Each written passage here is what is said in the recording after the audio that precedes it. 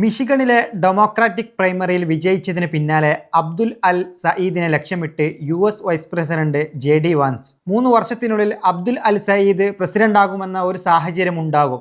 വാഷിംഗ്ടണിലെ round ടേബിളിൽ സംസാരിക്കവെയാണ് വാൻസിന്റെ ഈ പരാമർശം. ഭാവിയിൽ അബ്ദുൽ അൽ സയീദ് അമേരിക്കൻ പ്രസിഡന്റ് പദവിയിലെത്തിയാൽ നിലവിലെ ട്രംപ് ഭരണകൂടം കൈവരിച്ച മികച്ച നേട്ടങ്ങളും പ്രവർത്തനങ്ങളും റദ്ദാക്കപ്പെടാൻ സാധ്യതയുണ്ടെന്ന മുന്നറിയിപ്പും JD വാൻസ് നൽകുന്നു. ദൈവമേ കാത്തോളൂ, 3 വർഷത്തിനുള്ളിൽ അബ്ദുൽ അൽ സയീദ് അമേരിക്കൻ പ്രസിഡന്റ് ആകുന്ന ഒരു സാഹചര്യം ഉണ്ടായാൽ നമ്മൾ ഇതുവരെ ചെയ്തു തീർത്ത മികച്ച പ്രവർത്തനങ്ങൾ അദ്ദേഹം റദ്ദാക്കുമെന്ന് കാണാൻ നമ്മൾ ആഗ്രഹിക്കുന്നില്ല, JD വാൻസ് പറഞ്ഞു. തട്ടിപ്പുകളും ക്രമക്കേടുകളും തടയുന്നതിനായി വൈസ് പ്രസിഡന്റ് വാൻസിന്റെ നേതൃത്വത്തിൽ പ്രവർത്തിക്കുന്ന പ്രത്യേക ടാസ്ക് ഫോഴ്സിന്റെ പ്രവർത്തനങ്ങൾക്ക് കോൺഗ്രസിന്റെ അംഗീകാരം ആവശ്യമാണെന്ന് വ്യക്തമാക്കുന്നതിനിടയിലാണ് അദ്ദേഹം സയീദിനെ കുറിച്ച് പരാമർശിച്ചത്. ട്രംപ് ഭരണകൂടത്തിന്റെ കാലാവധി കഴിയുന്നതോടെ ഈ തട്ടിപ്പ് വിരുദ്ധ നയങ്ങളുടെ ഫലം ഇല്ലാതിരിക്കാൻ കോൺഗ്രസ് സഹകരണം അത്യാവശ്യമാണെന്ന് അദ്ദേഹം പറയുന്നു.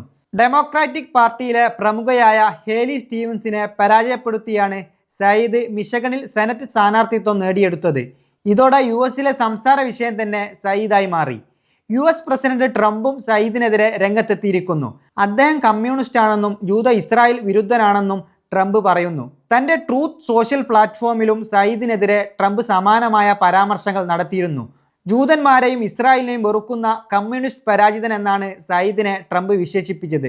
ഡെമോക്രാറ്റുകളുടെ നയങ്ങൾ രാജ്യത്തെ കൂടുതൽ അപകടത്തിലാക്കുമെന്നും അദ്ദേഹം മുന്നറിയിപ്പ് നൽകി. ട്രംപിനെ അദ്ദേഹത്തിൻ്റെ ഇസ്രായേൽ അനുകൂല നിലപാടുകളെ രൂക്ഷമായി വിമർശിക്കുന്ന രാഷ്ട്രീയക്കാരാണ് സയീദ്. സെനറ്റിലേക്ക് തെരഞ്ഞെടുക്കപ്പെട്ടാൽ ആദ്യത്തെ മുസ്ലിം അംഗമാകാനും സയീദിനാകും.